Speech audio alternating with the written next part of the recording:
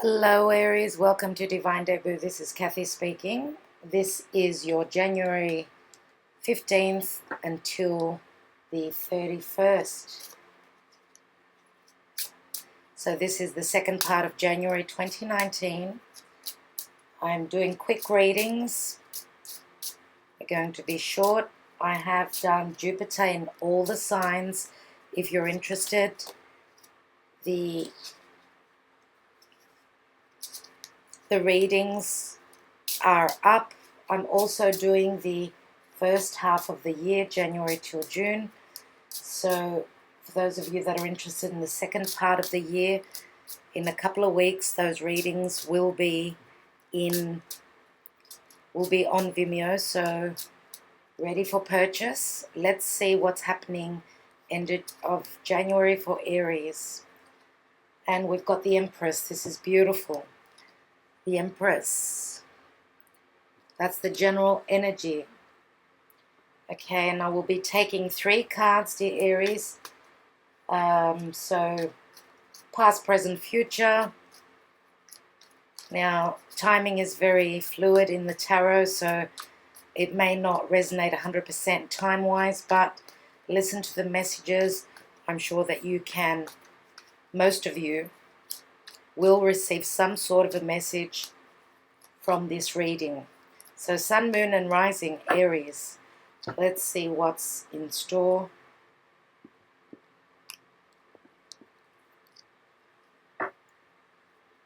Okay, so we've got the 8 of Pentacles. In the now position, we've got the 3 of Pentacles. And towards the end of January, I would say, the Moon card. Let me take 1 card from the Romance Angels for love. Okay, dear Aries, I see that whatever work you're doing at this time, it's time to receive. The fruits of your labor will be coming in. You are being noticed at the moment, so there is some sort of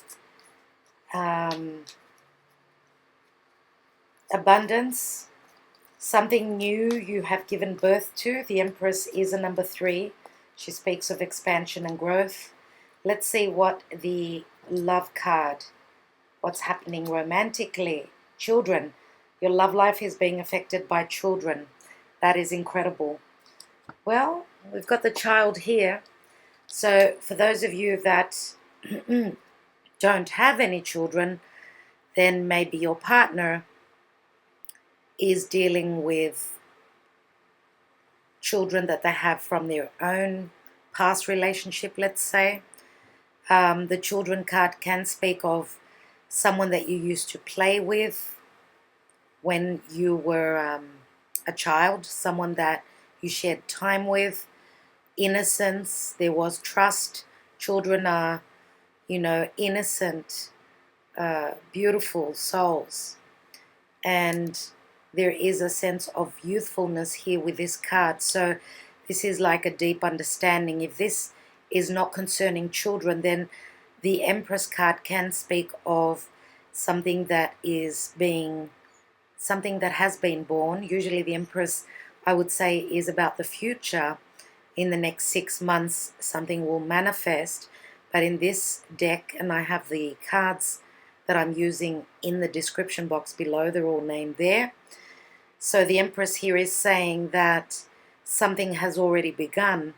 You are already starting to manifest something. Now, this is a beautiful energy. The Empress, if we're looking at work, she's beautiful because, she says that whatever you've invested in, it's time to receive the harvest. Whatever seeds you have planted, they are growing. And it looks like in the past, even if this is not, let's say, a week ago, today's actually the 15th of January, whatever you've been working on, any project, anything at all that you've been working on, we've got the 3 of Pentacles here, and it does show the, your skill, your labor is being noticed by your peers, by other people. You're fine-tuning your craft. So your efforts are not going unnoticed. Now with the moon card here, it's funny that the moon is the eclipsed moon. So the moon for me is Cancer. I will also say Pisces. It's funny that the North Node is in Cancer, and the North Node is all about fate and whatever destiny is. This is the eclipsed moon. We're having a full moon lunar eclipse in about 6 days, and it's at 0 degrees of Leo, 0 and 52 minutes, something like that. So it's right on the cusp with Leo Cancer. And Cancer is all about the house, the home, your foundation, your mother, your parents, anything like that. Others of you may have been working hard to build. You could be building a new home. Now with the moon here, the moon card, it is the eclipsed moon, so I believe that the eclipse is effective here in your reading very strongly. I'm going to take one card on the moon card. I want more clarity. Now some of you may be dealing with a Taurian individual, Taurus, Virgo or Capricorn. It is Capricorn season. There are a lot of planets. We've got the Sun, we've got Pluto, we've got Mercury and Saturn, as well as the South Node in Capricorn at this time, and it's been a tough time. It's been really hard for everyone. Capricorn is tough. Capricorn is the skeleton. It's what holds the your body together. So it's vital. What you're doing at this time is going to be the backbone. What you're working hard towards is going to be the backbone for something that you can build on. If this does not resonate for you right now, I always say, come back to the readings. You know, I get people saying in between, like the comments, if this doesn't work out, I'm not going to believe in tarot. Well, that's wrong thinking, because this can happen, let's say, 2 months later. Okay? This is a general reading. It's not a personal reading. And I believe that it is for a lot of people. Of course, it's not going to be for everyone. If you know your moon and your rising sign, please go and watch that. You will receive more clarity, more details. Let's look at the moon. And we've got the 8 of Wands, which speaks of movement. This is Cupid's arrows coming through the air. Love arrows, passion. We're having Venus and Mars meeting up. Venus is in Sagittarius, Mars is in Aries, in its home sign of Aries. It's a beautiful time. Venus and Mars were lovers, and this could be the love child, whatever is happening here. If you do not want to fall pregnant, be careful. Take precaution. We've got children, we've got the child here.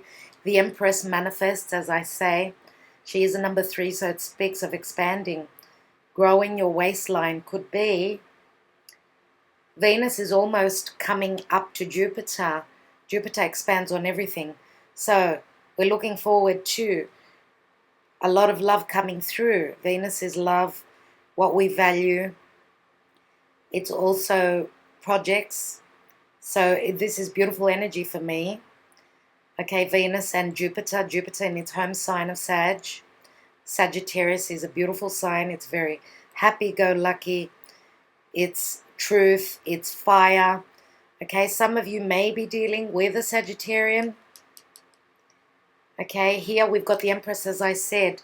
So we don't have air energy here, which the Empress, the Empress is Venus. And Venus is ruled by Venus. What am I saying? Venus is ruled by Libra. Or I should say Venus rules Libra, and Venus also rules Taurus.